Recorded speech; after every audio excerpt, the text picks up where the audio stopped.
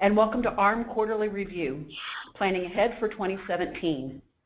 I am Shannon Stroud from Ontario Systems, and I will be your meeting manager today. Before we begin, we'd like to thank you for attending. We know you're busy and your time is valuable, so thank you for being here. Just a few housekeeping items. First, I have some legalese that I need to read so that it's on the record. Please bear with me or read along on the slide that should be showing on your screen. This information is not intended as legal or business advice and may not be used as such. Legal and business advice must be tailored to the specific circumstances of each case. Every effort has been made to assure this information is up to date as of the date of this presentation. It is not intended to be a full and exhaustive explanation of the law in any area, nor may you use the information to replace the advice of your own legal counsel. The presenters, Kaulkin Ginsberg, Ontario Systems, and the DRG Group assume no liability for typographical or other errors contained in the presentation and materials, or for changes in the law affecting anything discussed therein. Second, since this question comes up a lot, please know that in the coming weeks you'll be receiving an email from Ontario Systems detailing how you can access the deck and the recording of this webinar. You'll want to be sure to subscribe to Ontario Systems emails to ensure you do not miss any important news and information. Next, just a reminder that the phone lines are muted. We welcome your questions and will answer as many as time permits. To pose a question, please send it to the OS events using the questions box. Questions not answered as a part of this webinar will be responded to in the coming days. To kick things off, I'd like to share a bit about our presenters today. Mike Ginsberg is President and CEO of Kaulkin Ginsberg, the foremost M&A and strategic advisory firm to the accounts receivable management industry for 25 years. He is also a co-founder of Top Line Valuation Group, providing ARM owners and executives with definitive valuation services and effective business strategies. Mike is a member of ACA International, HFMA, DBA, and the Association of Corporate Growth. As a recognized industry expert, he frequently speaks on important issues and shares his outlook for trade, financial, and consumer media. He also writes a blog about the industry on InsideArm.com. Mike has been the recipient of numerous industry awards, including the NARCA Don Kramer Award and Collection Advisors Award for one of the industry's most influential professionals for 4 years in a row. Rozanne Andersen currently serves as Vice President and Chief Compliance Officer here at Ontario Systems. Her more than 28 years of experience as General Counsel, Chief Lobbyist, Executive Vice President and CEO of ACA International, as well as a practicing attorney specializing in banking and financial services, have made Rozanne one of the most respected experts in the industry. Known as a frequent presenter and consultant on all CFPB-related compliance topics, Rozanne brings perspectives from both legal and technology to the ARM and healthcare industry's most serious compliance challenges. Rozanne serves as the Chief Compliance Officer for Ontario Systems and works hand-in-hand with product directors to develop state-of-the-art compliance solutions within the Ontario Systems suite of software and contact management products. Along with her 5-person team, Rozanne is also responsible for developing the company's compliance outsourcing consulting service and the related market-ready policy, procedure, and training tools. She is a licensed attorney and was recently placed on the short list for 2 international compliance awards, Chief Compliance Officer of the Year and the Lifetime Achievement Award for services to the compliance industry. And our guest panelist today is David Glezerman. David is the Assistant Vice President and Bursar at Temple University. He brings 44 years of overall collection industry experience, with 37 of those being in the management of higher education receivables. David is also the senior partner of the DRG Group, LLC, which provides receivables and compliance training and consulting for both first and third-party collectors. In addition, he is a nationally renowned speaker who has presented at many industry conferences and workshops, worked with the National Association of College and University Business Officers as a faculty and program committee member for numerous conferences, and he has authored several articles and books, including the recently published Managing and Collecting Student Receivables Guide. David is the founding chair of NACUBO's Student Financial Services Council, from whom he received the association's Professional Development Award in 2010. David has been a consultant with the U.S. Department of Health and Human Services Partnership Program to assist schools with student loan collections, participated as a non-federal negotiator in the 2008 and 2012 negotiated rulemaking panels for the U.S. Department of Education, and as a founding board member of the Institute for Student Service Professionals. Adding to an impressive list of accomplishments, Dave is a certified instructor for ACA International, a past recipient of ACA's Member of the Year, the Charles F. Lindemann Instructor of the Year, and Fred Kirshner Awards. And with that, I think we're ready, and we'll turn it over to Mike Ginsberg. Shannon, thank you very much. Good afternoon, everybody. Thank you for joining us for our last webinar in 2016. If you're like me, you're dragging a little bit today, and I apologize if I'm a little slow, but I was up late last night watching Game 7. Just to let you in on a little secret, my wife is from Cleveland, so she's not very happy today. We'll go home. We probably won't be talking about baseball this evening, that's for sure. Congrats to all of the Cub fans on the line. A heck of a season and a heck of a last game as well. It was a lot of fun to watch. Unfortunately, still dragging today, but in spite of that, bags under my eyes, I think we're still in good shape. Rozanne and I are excited to have our special guest today, who was just introduced, David Glezerman. He's an expert in the student loan sector, so we're excited to get to that section of our presentation today, give him the microphone, and let him tell you what we're seeing in this important market segment of the U.S. accounts receivable management industry. But before we get started, I just want to thank Shannon, Greg, and Danielle for their hard work behind the scenes. I've said this before, and I truly mean it. Without them, this webinar could not be possible. Thank you all very, very much. One administrative note. With regard to questions, please be sure to submit your questions using the questions box on your screen. We're switching things up a little bit based on the feedback that we got from past webinars. Instead of waiting to the end to answer your questions, we're going to try and cover them along the way as we're talking about each topic. We assure you, though, if we, for some reason, don't discuss your question live this afternoon, one of us will get back to you as soon as possible with an answer. With regard to today's topics, I'm going to address some market segments and trends impacting our industry. David's going to dive into the topic of student loans. Rozanne will provide her authoritative look and regulatory updates. We're then going to wrap things up by taking a fun look at the upcoming election. So let's get started. Next slide, please. Thanks. We can go to the next one. Thank you. Financial services. Seriously delinquent credit card debt, debt that is at least 90 days past due, also known as bad debt, peaked at over $100 billion in 2010, but sharply dropped to about $50 billion 6 years later, as this graphic shows you. Despite recent increases in what you might be hearing about the overall credit card debt, we thought it was important to point out that due to stronger economic conditions and improved customer sentiment towards the economy, the amount of credit card bad debt does continue to fall. We think this is attributed to two very specific factors. First, significantly stricter regulatory enforcement is leading to more conservative lending and borrowing practices. We've seen this over recent years. We really don't see a short-term trend change in sight, although subprime lending continues to escalate. It has not gotten back to the levels that we saw prior to the Great Recession. Number two, consumer behavior not carrying credit card debt levels. Consumer behavior is currently not to carry credit card debt levels that we saw that existed prior to the Great Recession. Is this going to ease up? Well, as consumer confidence improves, it's certainly possible, but we don't really see that in the foreseeable future.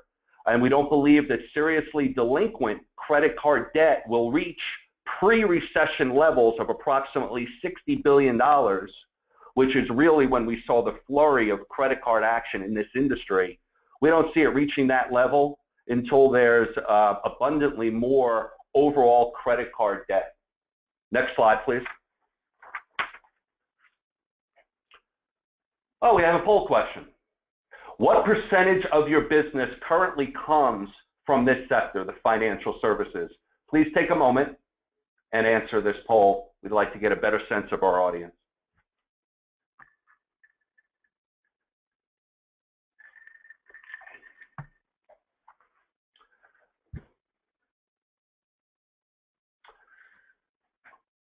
Rozanne and David, if you have any comments with regard to financial services and what you're seeing in the marketplace, by all means, you could chime in now because I'm about to move over to federal contracts. I'm good, Mike. Yep.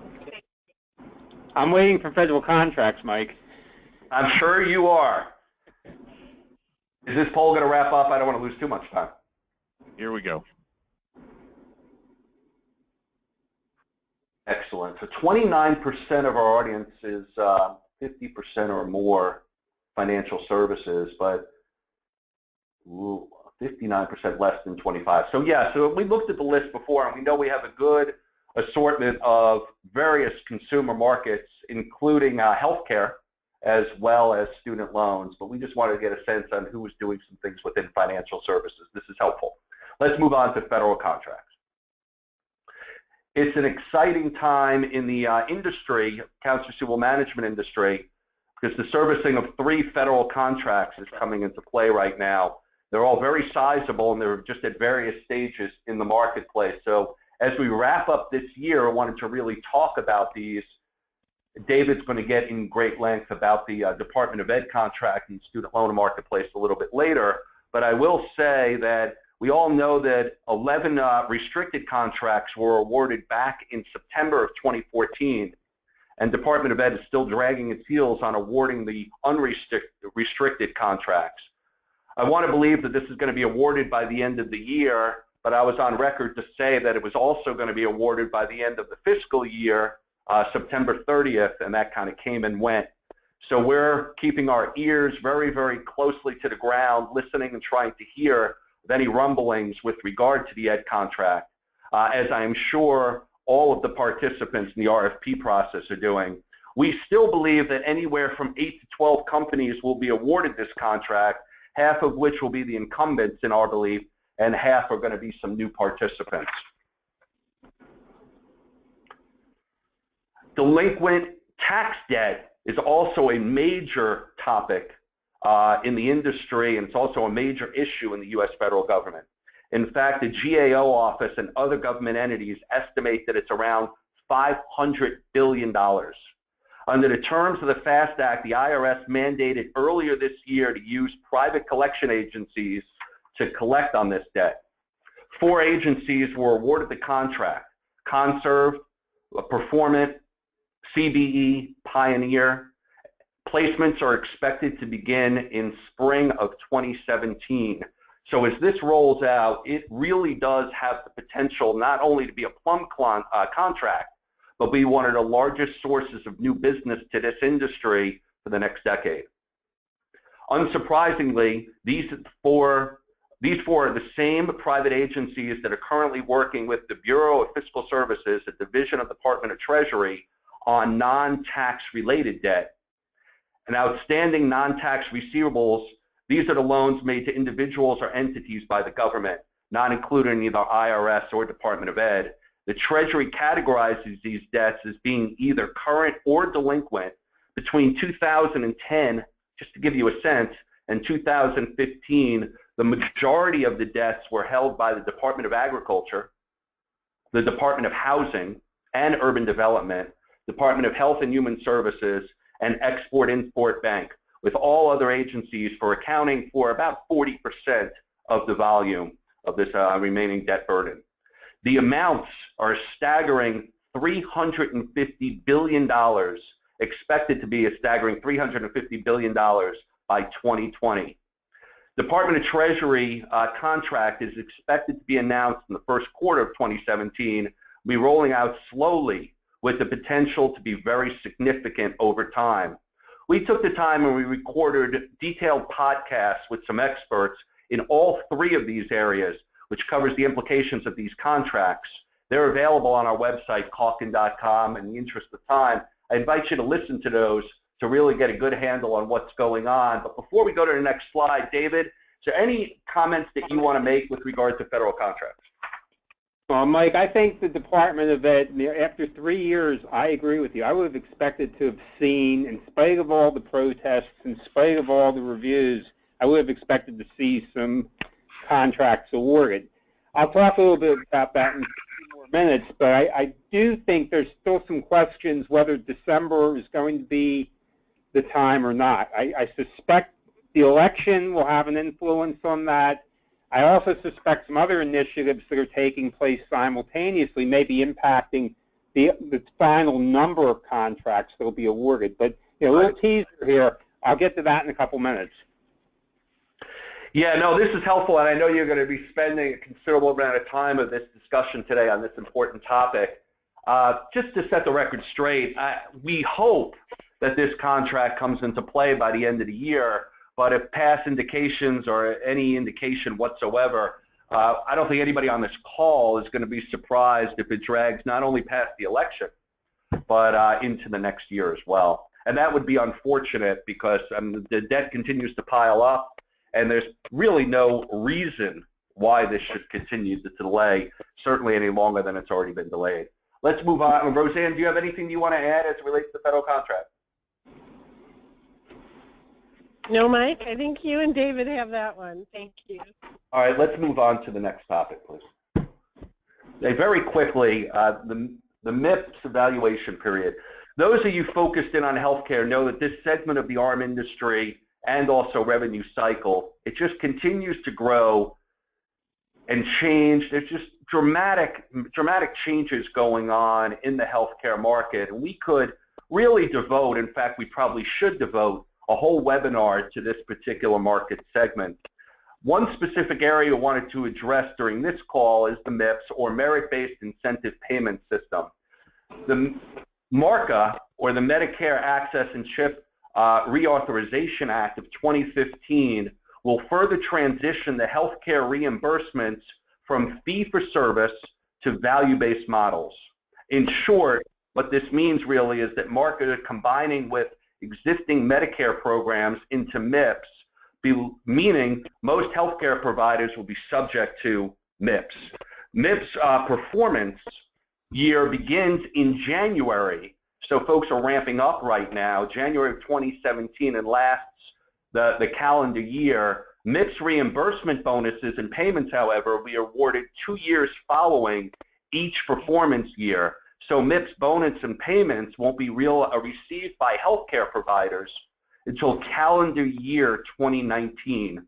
Thought that was important to point out. MARCA and MIPS substantiates the importance for proper patient experiences, the administrative tasks such as proper billing and payment filing, and technical advancement, which we all know are the services that those in healthcare, receivables management, and those that are really kind of getting into revenue cycle management services are providing.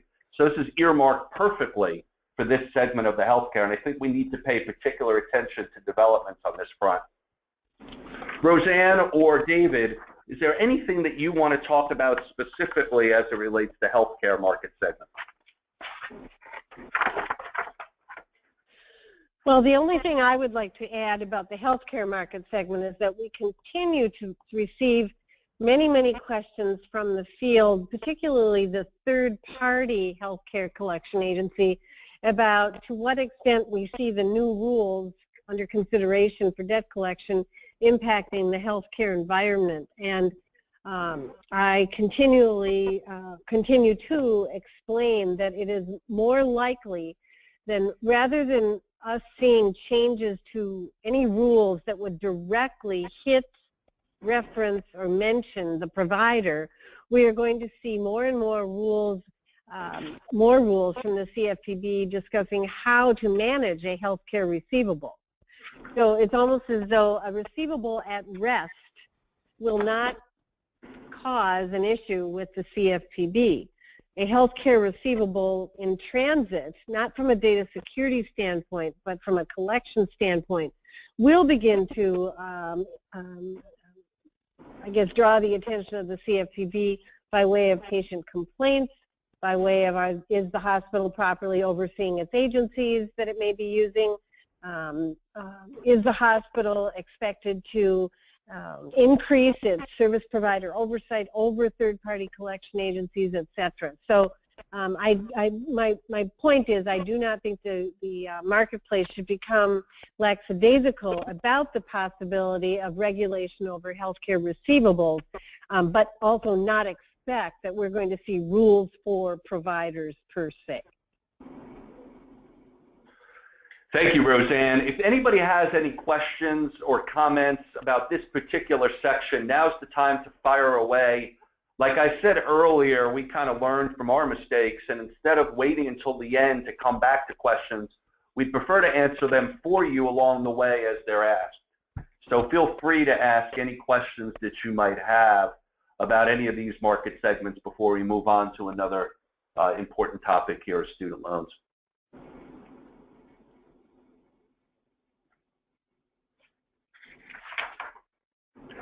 One of the questions that's been raised that I've seen is along the way is, does anybody expect that we're going to see further consolidation of these vendor networks, especially within financial services? We're starting to see it in telecom.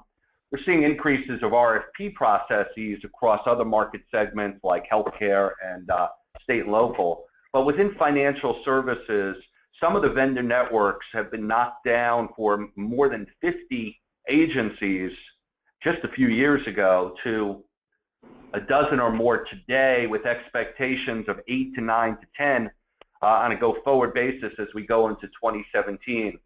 My honest opinion is there's just no skin left on that bone, and cutting these vendor networks down any further, who are you going to remove? You've already removed very, very qualified, very successful operations that, you know, are not doing anything wrong. They are certainly acting within the confines of compliance and regulatory requirements. They have the technology capabilities to service this asset class, and they've proven themselves time and again.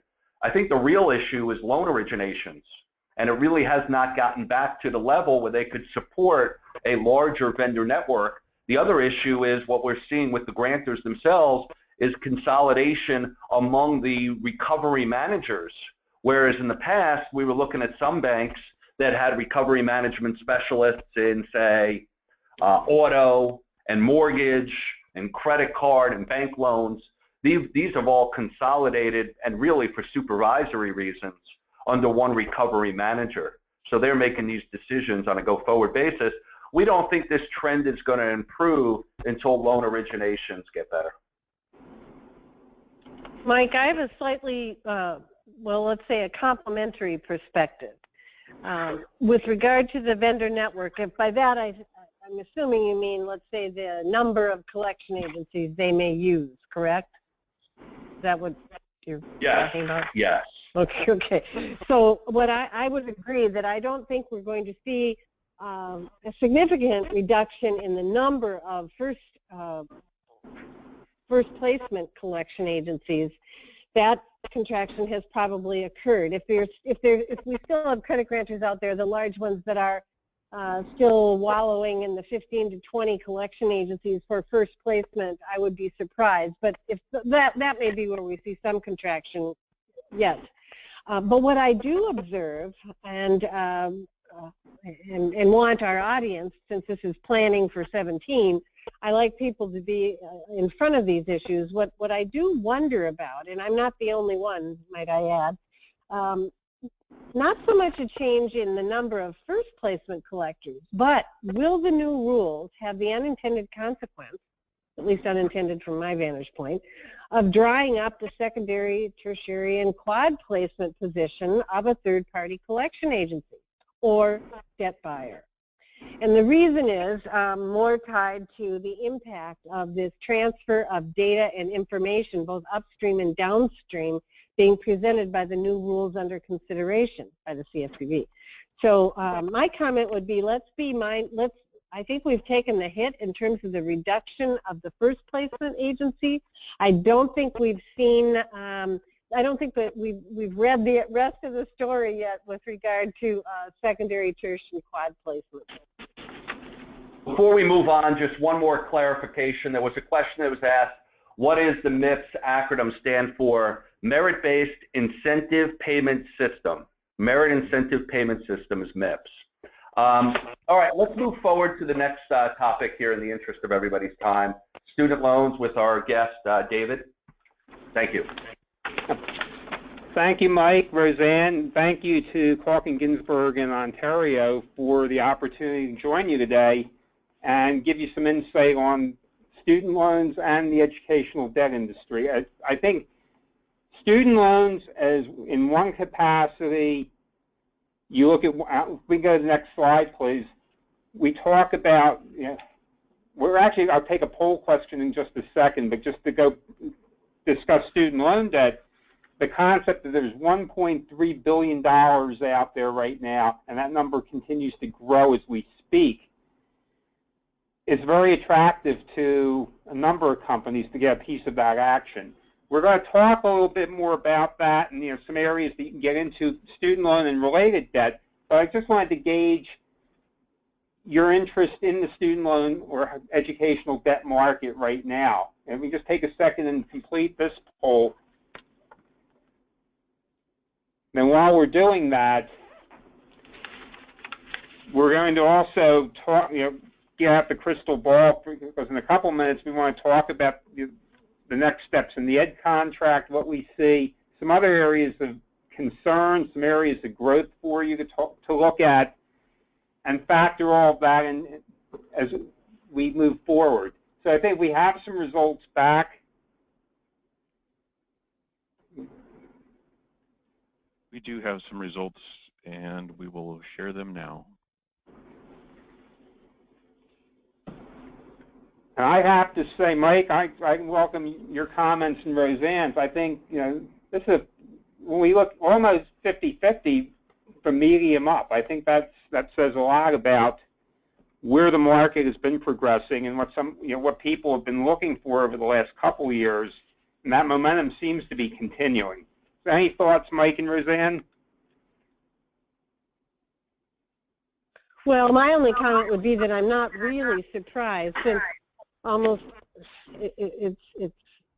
almost everything you read about is the fact that the student loan bubble, if it hasn't burst, it's about to burst, and it is a natural reaction for our industry, the third-party collection industry anyway, to be involved, because that is where our skill sets lie, is to collect unpaid debt. So I'm not shocked, but I do think that the expertise required to collect student loan debt, particularly federal debt, is something that companies interested in this market are going to have to invest in. And I'll just add, David, that the student loan marketplace is very, especially on the Department of Ed side, is very well established. It's a mature asset class. It's been around now for well over, 20 years. The contract itself has gone through 4 or 5 different gyrations to get to this point today on the unrestricted and restricted contracts. Those who are in it are really in it. They suffer from significant client concentration. They realize the Department of Ed is making up overwhelmingly this asset class. And it's really gotten to a point, which is kind of a shame, as I'm sure you'll be talking about. We think it's going to get to a point where 10%, only about 10%, is going to peak out at the private lenders in this market. So folks that are dealing with colleges and universities and banks and everything else are really a smaller segment than the ed contract right now. So when you kind of look at this, it doesn't surprise me. I mean, those that are in it are really, really in it. Those that are not in it kind of look at it from an outsider's standpoint and say, that's great. Let's talk about some of the asset classes that affect our particular business. But I also think that the election, with it coming up right now, is really, and the debates that we've heard, really puts this topic front and center.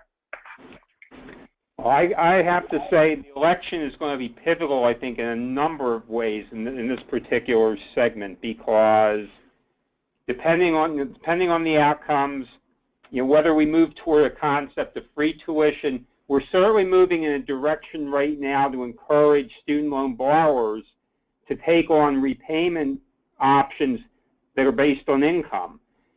More of those options being promoted may result in fewer delinquencies, eventually fewer accounts. I think that's part of the philosophical debate that's taking place right now, and why this December date to me is still in some jeopardy whether it's going to be met. I think there's an internal debate within the Department of Education that may extend throughout throughout the inside of the Beltway on how to proceed, whether or not we want to move more toward a pro-consumer remedy, a more holistic remedy in repayments, or deal with the collection of defaulted accounts and the related expenses.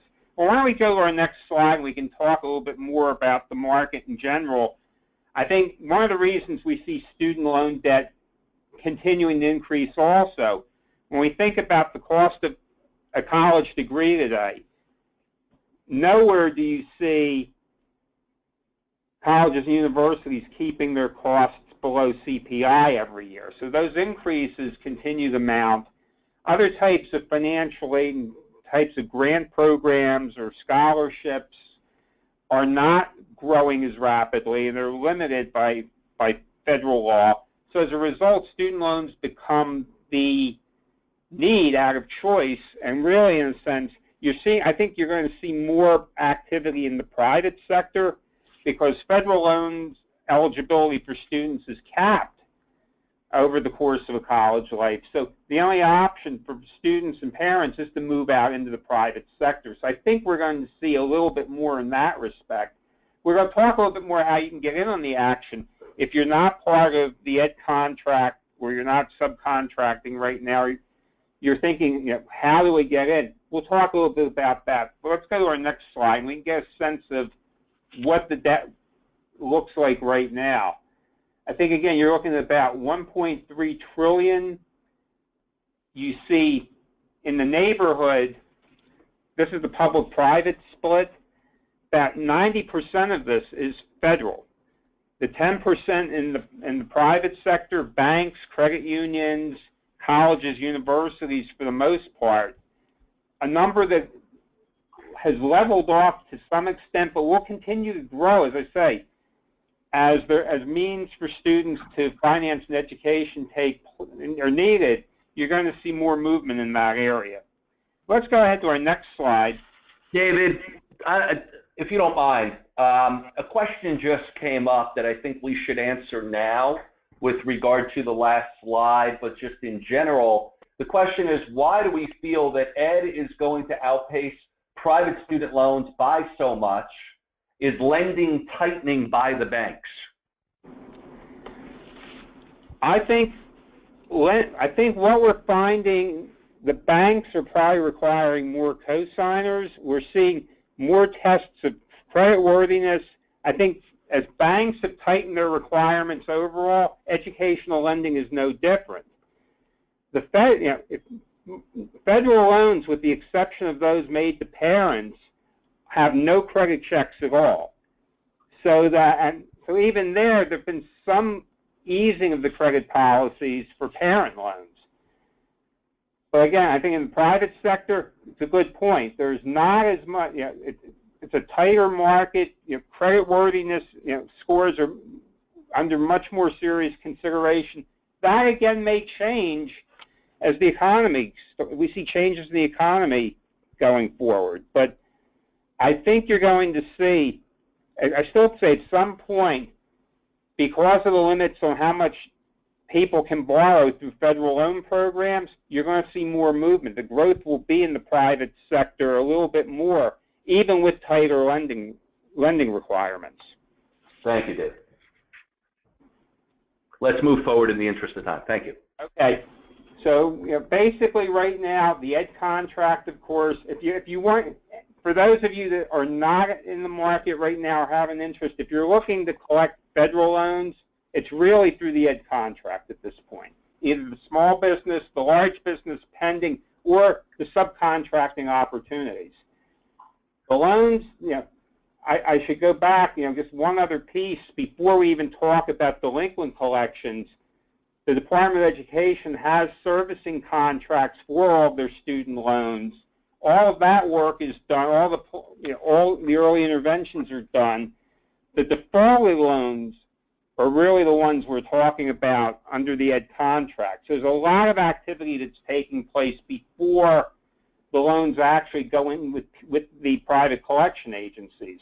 One of the things I think it's important to note, there's been a lot of scrutiny about the loan servicing that takes place prior to delinquent collections. We hear a lot in the marketplace from consumer advocates related to loan collections, but a lot more now is being focused on the early stages of activity, early stages of delinquency, trying to move student loan borrowers into income-based or contingent repayment plans that would minimize defaults.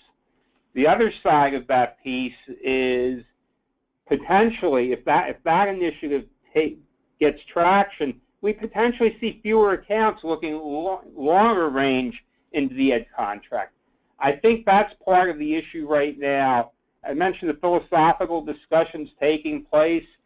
Where should the initiatives be?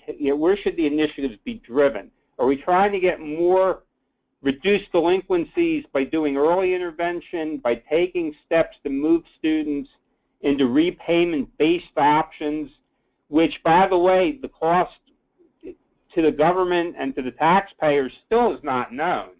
But after 20 years, they even have loan forgiveness in many cases.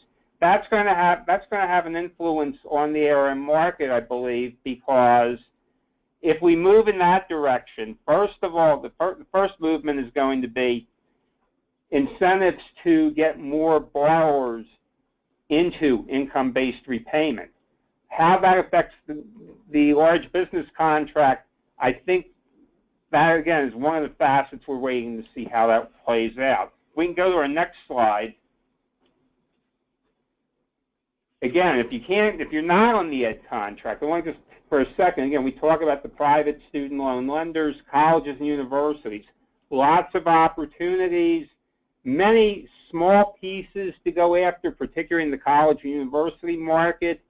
Their volume will dictate revenues and the ability to collect, but experience really is the key. Having some experience, understanding of the market goes a long way. If, in terms of the private student loan lenders, as Mike mentioned, we're not talking about large numbers, but again, looking at mature companies, looking at those that have even having the college and university experience, translating that and what you can do in the private student loan market can lead you to a lot of business opportunities. To Rozanne's comment earlier about some of the issues with the transfer of data with secondary, tertiary placements, I think as things start to shake out, I see a lot of opportunities in dealing with student loans and educational debt in those arenas.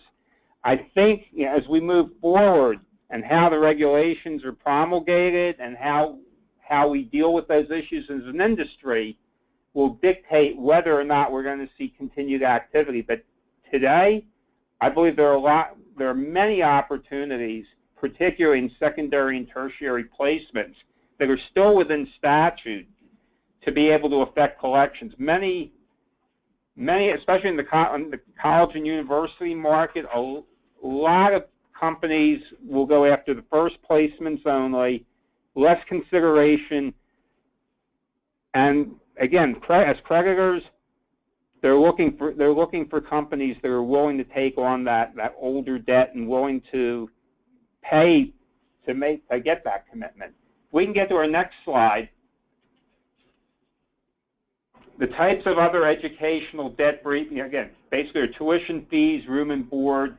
Colleges, universities, I think the biggest challenge is you're dealing with different sets of policies and procedures. Unlike federal student loans where there's one set of regulations and requirements, you may have specific needs for individual clients. But again, understanding what the client needs, understanding that basically you're dealing with unsecured debt. Many of the premises we deal with in other asset groups we'll see in educational debt as well. A key element, I believe, and I think whether you're a mature company in dealing with student loans and educational debt, or you're looking to enter the market, many times the individuals you're working with as clients and prospects look to you for the information on regulatory requirements, on statutory requirements. You become their subject matter experts. And I think being able to provide that knowledge moving forward will gain you a foothold in that with that particular entity.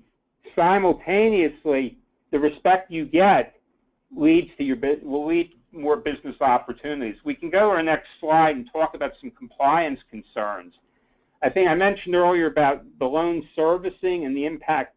The CFPB has been looking at loan servicing issues, particularly on how the servicers are explaining and helping borrowers move to income-based repayment options. We're seeing a lot of other considerations in that respect. I think we just saw a recent study. One of the elements in the ed contract to get student loans rehabilitated, or by taking 9 consecutive monthly payments, being able to give a student loan borrower a fresh start and cleanse their credit. We're seeing that 1 in 3 of those cases end up back in default within a short period of time. So that, again, is another element, I believe, that's being reformatted in the large business contract on how rehabilitation business will be handled. I think the U.S. Department of Education, in conjunction with the CFPB, is looking at not just collection practices. They're looking to make sure that companies dealing in the federal student loan arena are compliant. They're looking to see about their attestation audits, which is a requirement that any company in this market is meeting every year. They're actually going out to the servicers and the schools to share information so we can identify any potential rogues in that arena. The other federal agencies, such as the FTC, FCC, I believe as we deal with TCPA issues going forward, we're going to have again, this is going to come into play in this particular sector. And then private policies and procedures, any changes that banks are making for compliance purposes, for vendor management, what colleges and university expectations are, I think also will be going forward right now. Let's go to our next slide and talk about the future. I think here, what the Department of Education does for the large businesses, I'm looking at the conflict right now between dealing with servicing and repayment options versus collections. And I think trying to determine what the strategy is going to be and where the emphasis is going to be placed with pressure from many consumer groups right now, I think the Department may be a little more focused on trying to fix loan servicing than they are in promulgating the large business contract. I also think the contract, when it's awarded, is going to de-emphasize the rehabilitation of student loans. They're going to be looking for, the incentives will be coming on driving individuals into income-based repayment options, taking those loans out of default. So I see more intervention coming down the line in that respect. And then in conjunction, I see the CFPB heightening its focus even more on student loan servicing, with much more intervention at the front end to prevent delinquency. There are estimates right now that there may be as many as 1/3 of student loans that are delinquent up to 90 days. Defaulted student loans and collection processes that are associated may not start occurring until as long as 270 days past due. So this focus going back on early interventions in terms of trying to get more borrowers into easier managed payment plans is really going to be more of the focus going forward. And I think compliance to that is going to grow exponentially. I think the compliance requirements are going to require some changes in fee structures. I believe right now, again, across different asset groups, the compliance requirements just grow exponentially. I think we're going to see in this market where in many cases we're looking at pricing having to be low to compete. At some point that will change. And I think people in this industry will say that the price of compliance is something we can bring forward. The last point I want to make here about educating creditors becoming more crucial. Clients and prospects, as I mentioned earlier, are very dependent on their business partners for information. And in many cases, their business partners are the sole source of providing compliance-based knowledge. So the more education you're providing, the more business opportunities coming back. I would stress that whether you're mature in this particular asset group, you're looking to enter the asset group, having the knowledge, spreading that knowledge will take you a long way toward having success in your collection processes. I think we can move to some questions now. Mike and Rozanne, if you have any thoughts, comments, I'd love to hear them. Yeah, David, I have one, and we really only have a couple minutes. Your information was extremely informative. Thank you. This raises a question that I've heard time and again, and I just want your viewpoint on this. Do you envision any potential forgiveness of loans by the Obama administration? Mike, I think the forgiveness that's out there right now, there are some regulations that permit that in the case of closed institutions such as Corinthian or the ITT Educational Services. I don't think there's going to be any broad-based forgiveness at this point. I think the cost for that is such an unknown. There would be quite a backlash if there were to be that blanket forgiveness. I think the movement is more in lines of trying to get debt to be more manageable. And I think you're going to see, if there's anything that's going to happen in the last 100 days or so, I think that's going to be where the initiative gets pushed. Okay. Thank you. One other comment I want to make too, and again, for anybody that's looking to enter the market as a debt buyer, federal student loans are not eligible to be purchased at this time. And that may be something that's changed in the new administration, something to look for on the horizon. But most of the opportunities in debt buying are going to come either from the banks or credit unions or from the for-profit educational institutions. You're going to see there's a lot of publicity risk with the not-for-profit colleges and universities, so you don't see a lot of opportunities necessarily, but I think in the for-profit sector and with the banks and credit unions would be the best opportunities if you're looking as debt buyers. Perfect. All right, good. Excuse me. Thank you very much, David. This was extremely informative. We look forward to your viewpoints on the other topics as we get through the rest of this session today. Please feel free to chime in on Rozanne's regulatory, and of course we're going to have an open dialogue at the end about the upcoming election. But let me quickly go through a couple of industry and economic trends that are very, very important. First, with regard to mergers and acquisitions, with what we're seeing, the continuous escalating of compliance, operating costs, the increased client demands that are being placed on collection law firms and debt buyers and first and third party agencies, the consolidation that we're seeing among credit grantors across virtually all asset classes, and just the overbearing rate compression. It's almost as if the agencies just continue to say yes in spite of the fact that they know that the margins are razor thin to begin with, and these cost pressures just continue to escalate. But they're experiencing this further rate compression. We think that all of this is mounting to increased M&A interest, but not so much activity yet. First, with regard to the interest, in the boardrooms that we're seeing this, just a lot of interest in getting deals done. There are buyers out there that are saying, you know, we've incurred all these costs. We've invested considerably into our infrastructure. We have excess capacity due to some client erosion. We're well prepared. We've put in all these technology advancement. Our personnel are hungry. We're looking for a deal. And the opposing viewpoint is these owners who really have made a decision that they, at this point, they're not ready to reinvest back into their business. They're not looking to do so.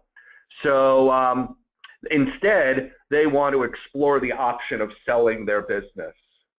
The biggest issues are really pricing and ultimately deal structure. And I think that's what's slowing down a lot of these transactions.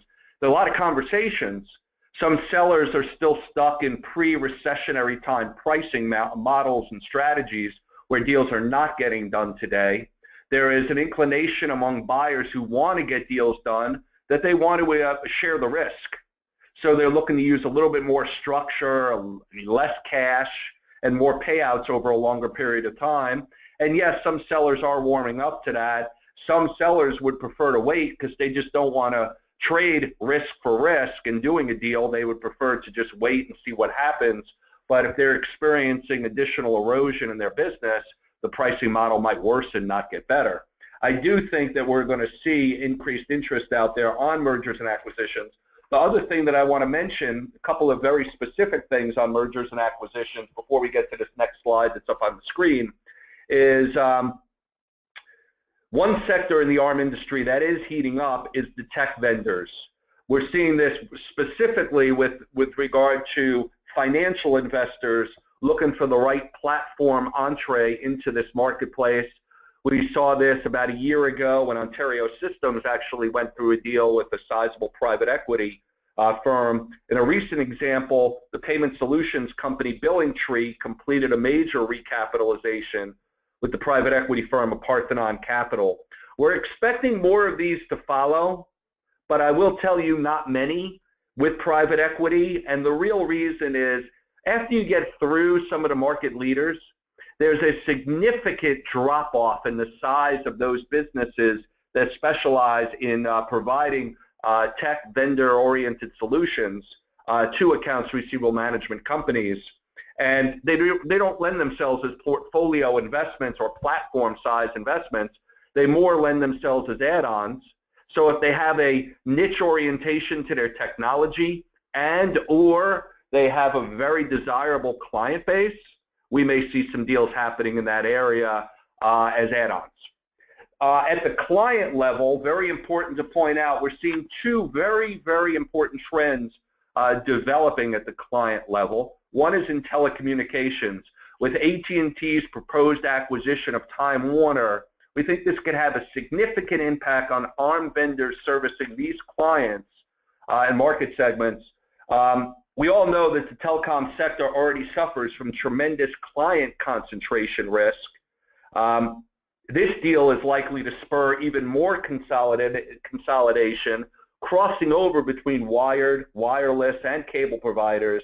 Even if the regulators don't let this particular deal get done, we think that it's really sparked that kind of interest. So it's going to be interesting to see what develops. The other is in the healthcare market segment. We're seeing a tremendous amount of healthcare consolidation. Hospital systems merging with hospital systems. Doctor groups merging into hospital systems. We see this really across the country. I think we're going to continue to see this. That's nothing new, but there was something Rozanne pointed out to me just last week that I thought was very, very interesting. While there is consolidation at what I think is an astounding pace, in a recent turn of events, I would say, the Chicago courts stopped the proposed merger between Advocate Health and North Shore University, citing consumer issues and insurers might be impacted and harmed as a result of this. I'm not sure if this is an isolated event or a developing trend, but we'll keep close eyes on whether or not other major mergers between hospital systems are going to be impacted going forward. The slide that you see in front of you is very important and indicative of what we're seeing in the marketplace. We think that the ARM industry is continuing its trend toward consolidation, as this graphic illustrates, over the years. As long as I've been in this industry, there's been just talks of major consolidation taking place, but we don't think that really started until after the Great Recession. You can see it kind of plateaued up there, 2005, 2006, and then it really just started going down from there, and we expect there's going to be continuous erosion out there. Yes, there's some mergers and acquisitions. There were some mergers and acquisitions prior to the Great Recession for sure, but I don't think that's the catalyst as much as it is a lot of these companies are really forced to face their choices of staying in business. So you'll see some attrition and just some downsizing of offices and operations. But also what you used to see when a merger took place would be 2 or 3 management groups breaking away from larger organizations and starting up a new accounts receivable management business. We're seeing far fewer new startups in this business, and we think that that is worth watching, okay? And clients, they don't tolerate startups in this business very well. They look for agencies that have a 3-year track record, especially in asset classes like financial services and telecom. Agencies can certainly get involved with payday lenders and small creditors, but they run the risk of compliance issues and other things. So if they want to ramp up quickly, it's very hard to get started. So while I think there continues to be an erosion in the number of players, there's been less inclination to start up new players. And I think this is going to have a dramatic impact on the associations that service the accounts receivable management industry. Next slide, please. Very quickly, ARM industry by revenue segment. The ARM industry, despite the effects of the financial crisis and the Great Recession, held on pretty strong, as these numbers kind of show here. We estimate annual revenues of approximately $14.5 billion. Although there was a slight dip in revenue from the previous high of 2007, a new high was set in 2012. We're actually projecting a growth rate overall of about 3.25% over the next 5 years. It's hard to have an overall growth rate because each of the market segments, debt buying, collection law firms, tech vendors, first and third party agencies, have different areas that impact it. But also, with the recent expansion of these federal contracts to PCA, we think that too can have an astounding impact on revenues in the next 10 years. Next slide, please.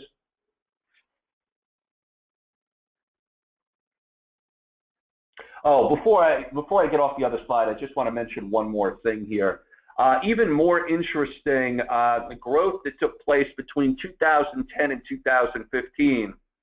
Although the ARM industry lost a tremendous amount of business from the credit card sector, the advent of Obamacare really helped drive growth, with its changes in the healthcare system, to the ARM industry. So we saw that really offset, and that's why healthcare is now considered the largest segment of the ARM industry by a significant margin. We also think there are other market segments like state and local government that are contributing substantially to overall growth through the rise in interest among state and locals to outsource collection matters. Very quickly on the unemployment track. Next slide. Yeah, thank you. We track a number of economic factors, as you know, very closely, but unemployment levels remain the most important barometer for accounts receivable management. So I just wanted to highlight this one for you as we go into the new year. The official unemployment rate remained at 4.9% in each quarter this past year, despite increasing labor force participation from last year, suggesting what they call full employment and economic optimism. The Congressional Budget Office projects the rate to decline minimally over the next few quarters before increasing in the near future. This is okay, though, and it's not necessarily negative. It simply reflects the impending increase in individuals joining the labor force due to a strengthening economic condition. So those of you who are looking at your budgets and your forecast and pay particular attention to the unemployment, realize that actually jobs are starting to improve and people's consumer confidence levels are starting to get better. So hopefully we won't only see an increase in placement volumes because consumers are out and borrowing more and spending more, but we'll see an increase in collection activities as well. I think I'm right on schedule. Let's go on to the next slide. I don't see too many questions, and what I know people want to hear about is the regulatory side. I promise the questions that have been submitted I will get back to you and offline. But Rozanne, why don't we start with your regulatory updates? Thank you. All right, Mike. Well, thank you very much. Yes, I am going to cover the regulatory updates for the last quarter as best I can. Let's go to the first slide. I do not think it is of any news to, or should not be news to anyone on this call, that the CFPB is considering new rules and for the collection of debt. What I wanted to comment on were just some of the nuances and address some of the anxiety people feel surrounding these rules. Some people believe that until we see concrete evidence of the letter of the new rules, that they cannot move forward with making decisions about internal staffing, about compliance management systems, I mean, really, you name it. Other than taking on new clients, they are operating with great trepidation. And what I wanted to mention is that let's not forget, the CFPB repeatedly tells us that notwithstanding the fact that Congress did give it the power to promulgate rules surrounding credit reporting, debt collection, about a total of 19 consumer financial laws, when they do promulgate new rules, they cannot make new law. So what they consistently tell us, whether it's in the rulemaking side, enforcement side, arm of the CFPB, or even in the guidance bulletins, what they repeatedly tell us and remind us is that they believe they are interpreting the current state of the law. Now, the reason I bring that up is because as I read this, and I read it most recently with their release of a bulletin on service providers, is that are they telling us, if that is what the CFPB is really saying, it's their interpretation of the current state of the law, it makes me wonder if in effect rulemaking is taking place right before our very eyes outside of the formal rulemaking process. So I think people should realize that, let's just say, for example, with the new rules, they're talking about limits on the number of contacts with the consumer per week. I don't think that you should consider, well, until we see a final rule on that, I bet we can call people 6 times a day, not just 6 times a week, or attempt to call. So what I really want people to realize is that I think the handwriting is on the wall, and you should be adjusting to some of these changes even before the new rules hit in terms of a formal sense. Also, what is confusing to some but important to all is the fact that the Fair Debt Collection Practices Act, remember, regulates the third-party debt collector, a party that is collecting debt on behalf of another that is in default. And so to the extent you do not know what default is on the debts you collect, that is one issue to be resolved. But make no mistake, the FDCPA and the private right of action and the penalties and liability associated with violations with the FDCPA only applies to third-party debt collectors. So with regard to the new rules that they may promulgate that apply to creditors, the only enforcement authority for that will be UDEP under the Dodd-Frank Act. Creditors will not be sued under the FDCPA because we know the FDCPA doesn't apply to them. So keep that in mind. And if you haven't figured this out on your own, remember, what do we know about the FDCPA? It has a private cause of action. Does Dodd-Frank give consumers a private right of action under UDAP? It does not. So creditors who are found to have violated Dodd-Frank and the UDAP section will not be subject to the consumer private right of action. The SBREFA hearing on the credit grantor's responsibilities subject to the CFPB new rules under consideration is certainly pending unless it's been announced in the past hour and a half. I am not yet aware of the official date of the SBREFA hearing for the credit grantor's side of the equation. What I am aware of, though, is that we have every reason to expect that the rules pertaining to debt collection with regard to creditors should be the mirror image of the rules that we are reading about that will eventually apply to the third-party debt collector. So that is both comforting and, in a sense, frightening. Comforting because we know that many of the new rules under consideration for third-party debt collectors really are dependent upon the cooperation of the creditor. And from what I've learned at recent meetings with CFPB participants and in discussion with people who attended the SBREFA hearing, it appears that the mirror image will be forthcoming. What that means in detail is yet to be seen. Be aware, though, that when we do, ACA does a great job, Inside Arm does a great job, almost every, I think Mike Gibb does a nice job of making us all aware of what's happening in the industry at any given time, but the proposed rules will ultimately be published in the Federal Register, and that will trigger the opportunity for us to comment on the proposed rules before they are finalized. Keep in mind that people always say, well, when do you think these rules will be effective? Well, one answer is who knows. I don't even know that the CFPB could actually answer that question in all honesty at this point, because we don't even have the final rules. But what I will suggest is that people should realize the CFPB may carve out certain rules, like I mentioned already, for just the creditors. They may carve out that certain provisions of the new rules are only enforceable by the CFPB, that they would not be giving those new rules, handing them to the consumers to allow them to bring a private right of action. Some provisions may even sunset after a certain period of time. They may want to test how certain things are working. So in any event, I expect a phased-in approach to compliance and not something where the rules are finalized on January 31st and effective February 1st. I do not anticipate that kind of a turnaround. It says, one of the questions, while not subject to a federal private action, are we in worse shape because the, I can't read that word, this emails will be in state court. I'm going to just ask that person to just clarify that question. I don't know if we will be in worse shape because of that or not.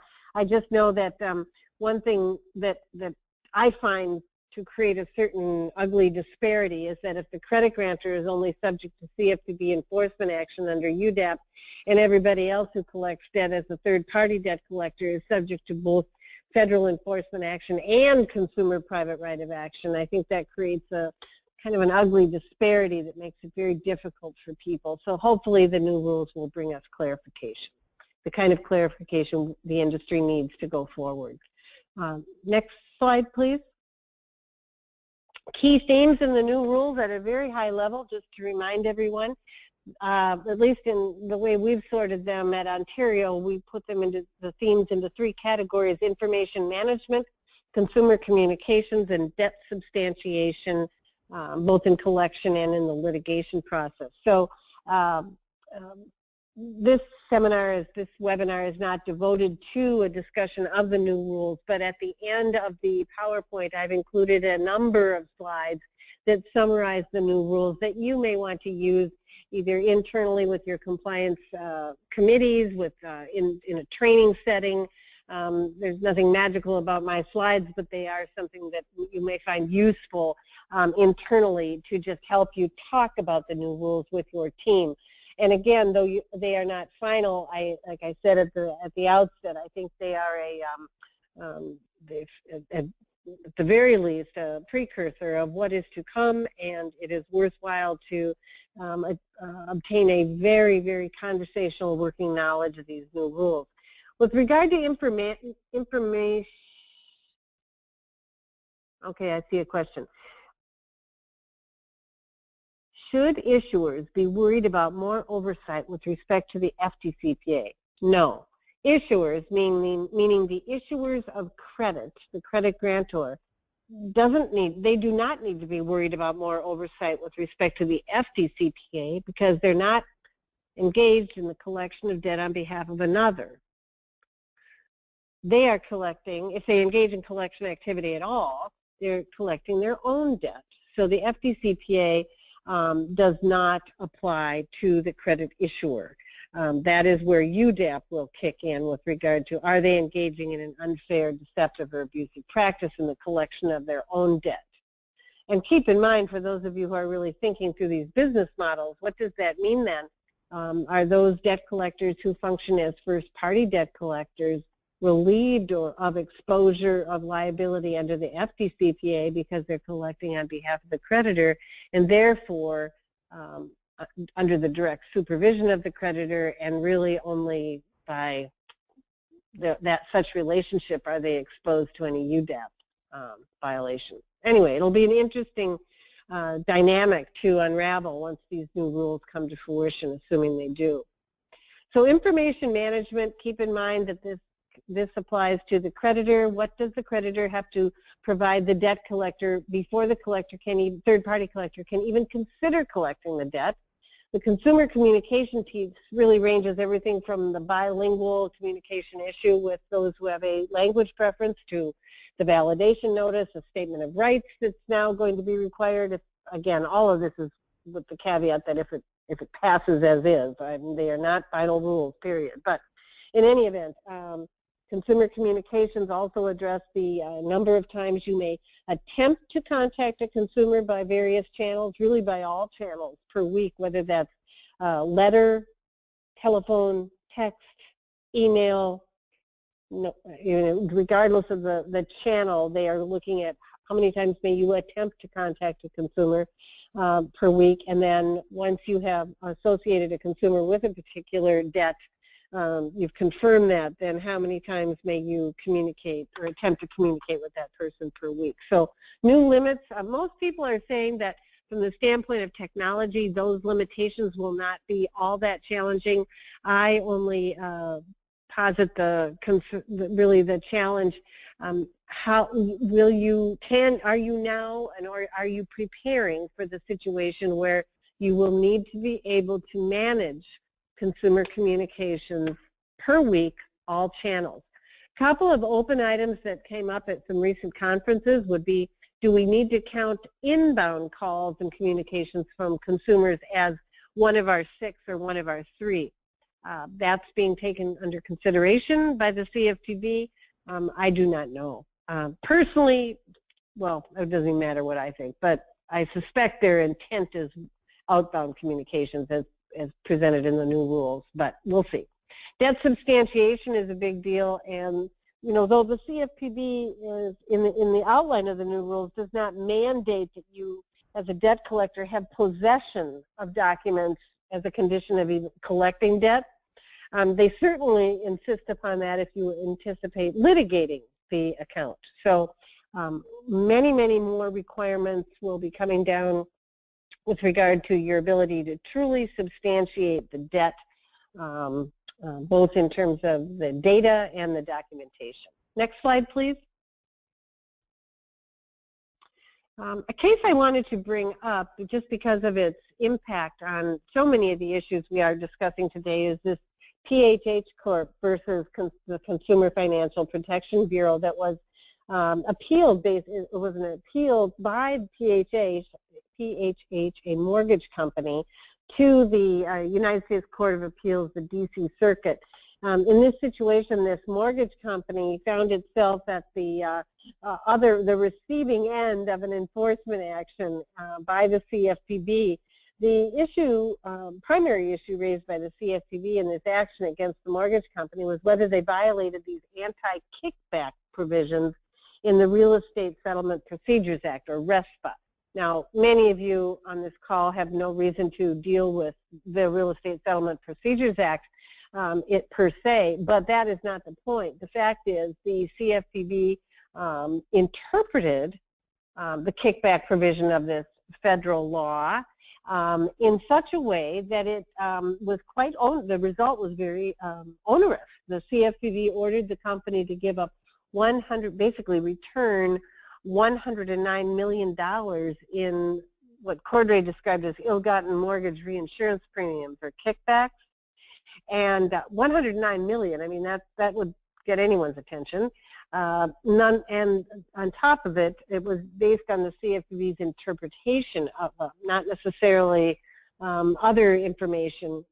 So that's what gives the business community pause, if not makes it very nervous when the playing field is changed by surprise for the business community. And the Court of Appeals for the DC Circuit actually recognized that and said that the CFPB, it's an independent agency, it only has one director, it has unilateral authority to bring these enforcement actions to a conclusion.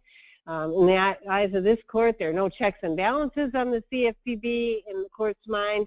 It's not covered by a multi-member commission. It has tons of power over U.S. business. Actually, it said wields enormous power over U.S. business. And the director alone decides what rules to issue and how to enforce them.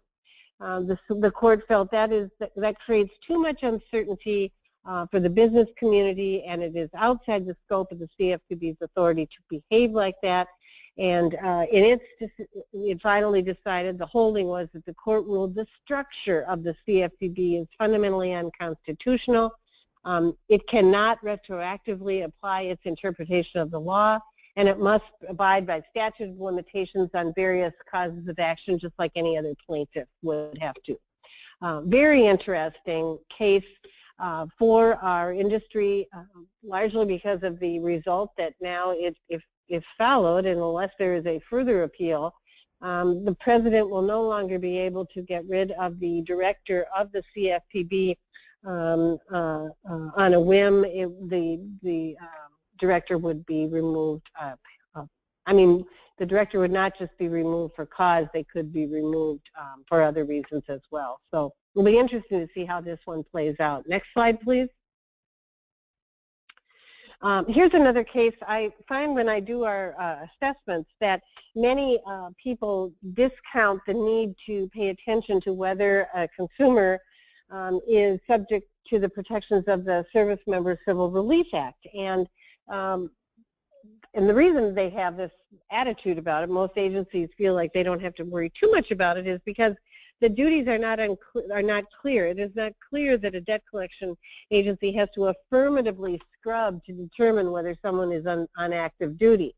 The CFPB is starting to tell us, though, that it feels differently, believes differently, that the best practice surrounding Service Member Civil Relief Act compliance takes a little bit more than just a passing interest on the part of the agency. In this case against the Navy Federal Credit Union, the CFPB basically said that it violated a number of laws. It threatened legal action when it should not have. It threatened wage garnishment when it did not have the right to. Falsely threatened to contact commanding officers to some of the members of the particular credit union. And in order to get this credit union's attention, the CFPB said that it shall first correct all those debt collection practices and then pay approximately $23 million to the victims, along with a civil money penalty of $5.5 million to the CFPB.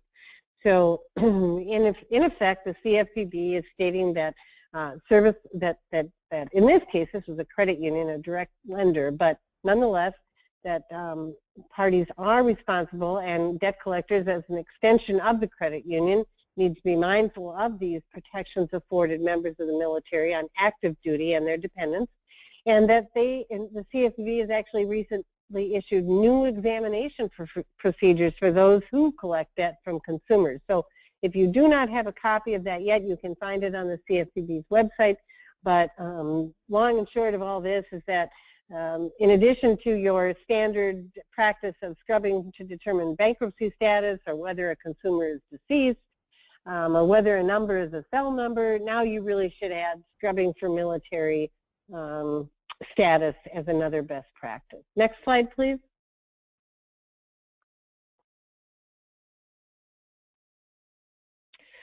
In this slide, what I just really want to mention is, number one, that people are aware of it, but on October 26th, the CFPB published another guidance bulletin.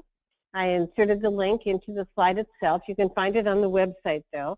But it is really a follow-up to a prior bulletin. I want to say by memory it came out in April of 2012. I could be wrong. But there is a prior bulletin on this topic of service provider oversight that was published, released by the CFPB for the collection industries, for the collection industry in particular, and this one is yet a follow-up to it.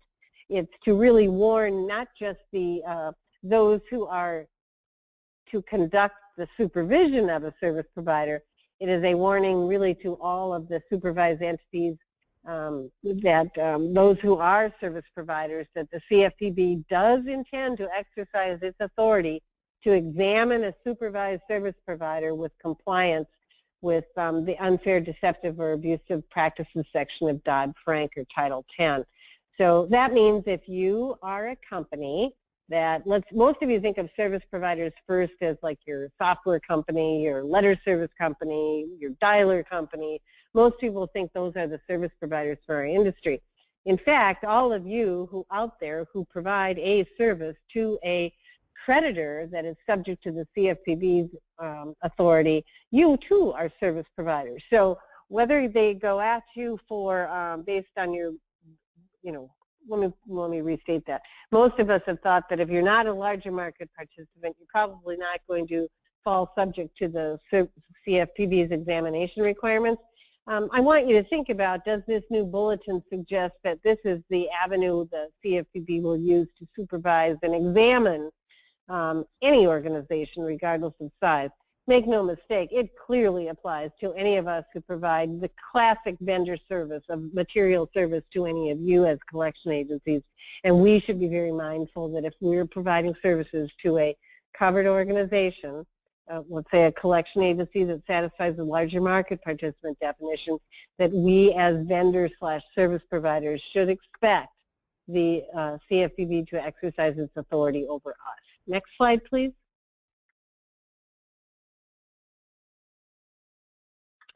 I thought I'd share this. Sometimes, it's always nice to be able to have lunch with one another and visit about what are people actually talking about out in the marketplace. And since we do not have that kind of an opportunity, I thought I would just share, after going to numerous conferences this fall, not that they weren't all wonderful, but it began to be just kind of a long ordeal.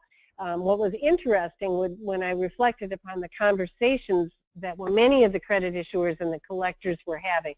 Certainly there's a tremendous amount of discussion about the new rules under consideration. Lots of discussion about debt substantiation. What does it really mean? Do the creditors really have the documents that we need? Do they have electronic versions of the original credit card agreement? Do they have the most recent statements available? Do their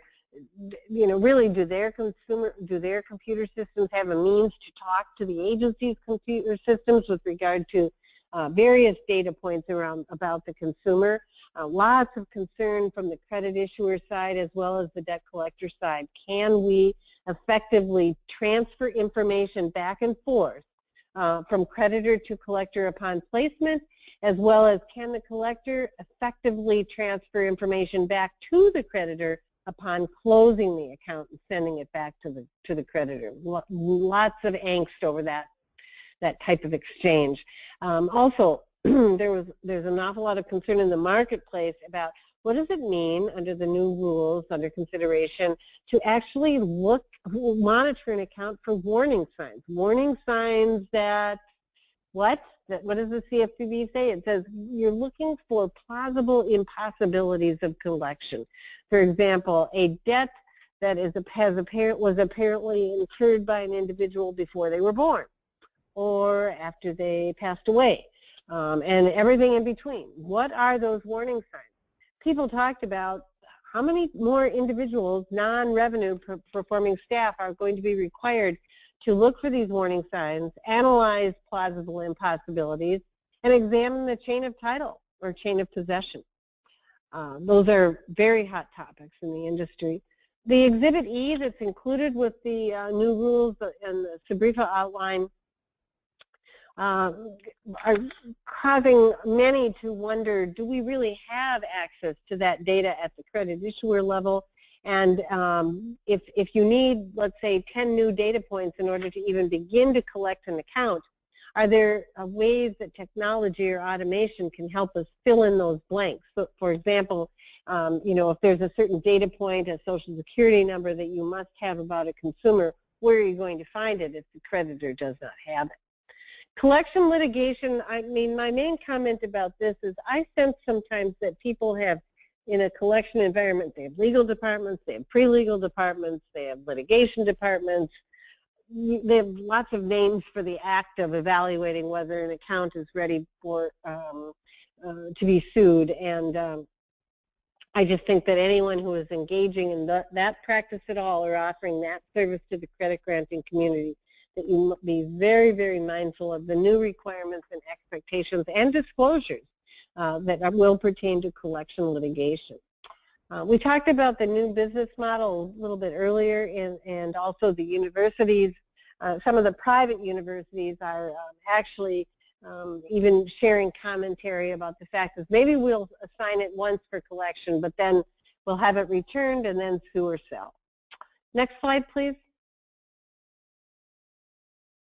Just thought I'd mention that very happy to report that and I'm reporting on behalf of ACA. I cannot take credit for it, but the oral arguments were heard, and the 20-minute presentation, the argument that is normally allotted a party at the appellate court level, was the court basically dismissed with the formality and engaged in a 3-hour discussion, question and answer period with the parties about the TCPA and about this reassigned number issue, about the collection industry, how it uses numbers, why it, everything about it. So it's very positive.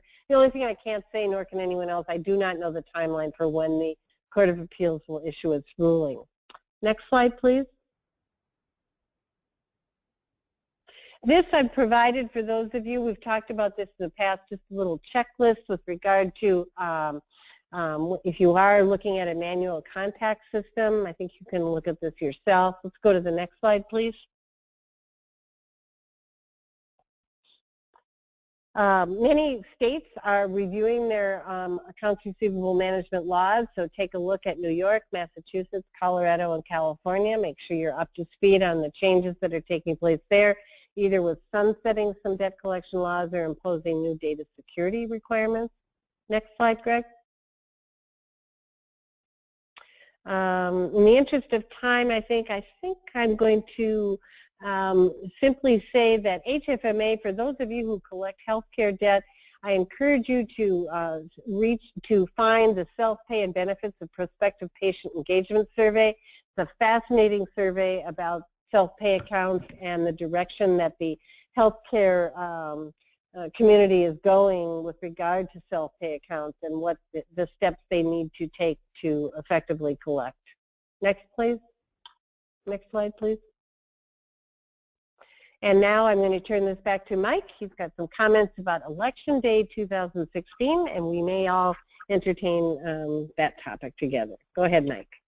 Rozanne, thank you very much, and I know you blew through the last couple of slides in the interest of everybody's time as well. These are all very important topics, so if anybody has any specific questions, the data is here for you, and as Rozanne pointed out, there's additional data that she's attached to this presentation, which you have an opportunity to review as well. Feel free to fire away questions even after we're done, and I know Rozanne will get back to you with prompt answers.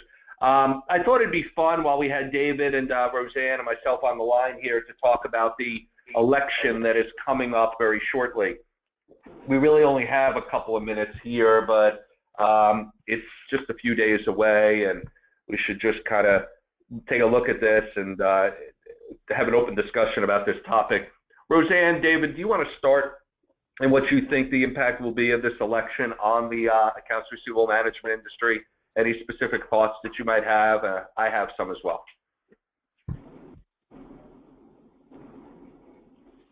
Well, let me jump in real quick, Mike. I think as much as we're all focused on the presidential race, I'd be taking a hard look at what happens in Congress. If the Senate goes Democratic, if the House, even as some people think, could go Democratic, that could I think we might see some additional changes taking place that are going to affect the ARM industry. I think specifically a lot of consumer advocates are hopeful to see that type of change and see some more regulation.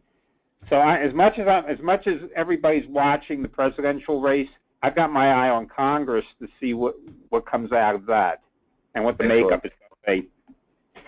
Excellent point. Rozanne? I'd like to hear your thoughts. I'm gun shy about talking about this election, and you know that. But yes. I really don't know. Looking at it from which party, I guess, prevails on Tuesday. I mean, obviously, if Hillary wins, I don't see a whole lot changing with regard to the CFPB. I don't know if the debt collection industry is really going to be Mr. Trump's first order of business, to be honest with you. But I do think that PHH case and that may shake things up a bit with regard to the governance structure of the CFPB regardless. Mike? I think it's very interesting. You pointed out earlier that the CFPB, the director of the CFPB, is now, I will use the word supervised by the president to a point where they could take him out of office, right? And that's a very interesting decision that's recently been made. I don't think that's going to happen. I'm not going to start envisioning that it will if Trump wins, but he did say that he'll appeal Obamacare, which we all know would have a profound effect on healthcare, the healthcare industry, and ultimately healthcare collections. So I think we need to pay particular attention to that, whether or not, if he does win, whether or not he has the ability to appeal it. I guess we'll see. He'll also look at policies. I'd like to think he's going to look at policies and procedures such as Dodd-Frank and the CFPB, which other Republican candidates suggested they would do. I don't think the CFPB will go away if Trump were elected to office. I certainly echo the sentiments there of Rozanne's, but it could change, and it could change significantly. I guess we'll see. On the student loan front, it's interesting to say that she's going to, well, I'll say Clinton said that she's going to attempt to reshape and fix the Affordable Care Act, but no intentions of appealing it. Both candidates do propose changing student lending, which I think is very significant. Clinton is proposing free tuition at public universities for students' households earning less than $125,000 a year, I think is the number, in addition to allowing students and parents to refinance education loans at lower interest rates. Trump did mention recapping those repayments for an affordable portion of the borrower's income at 12.5%, and then if they make full payments for 15 years, the debt will be forgiven. So I do think, in summary, there's going to be impact on student loans, and there's certainly going to be some impact on health care that we have to pay particular attention to.